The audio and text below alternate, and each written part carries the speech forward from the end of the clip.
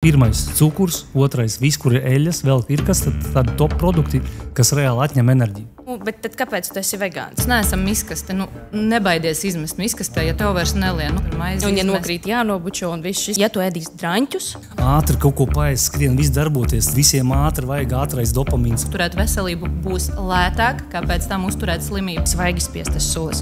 Nē. Kas notiek ar ķermeni, ka tu neēd 24 stundas? Bet jā, diagnozes nenokrīt no zila gaisa. Tas ķermenis ir tava mašīna. Un jautājums ir tas, ko tu viņā lai iekšā. Nopērk jaunu maizi, atnāk mājās, noliek jauno maizi un apēd veco.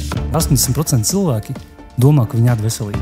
Pārmantojam no ģimenes ģenētiski paradumus. Protams. Kā ģimene gatavoja, kā ģimene satkos galdu klāja. Man ir atkarība viennozīmīgi ēst vakaros. Tāds padomju mantojums. Cilvēks, kuram nav asas prāts, enerģija, viņš nevar realizēt savus sapņus.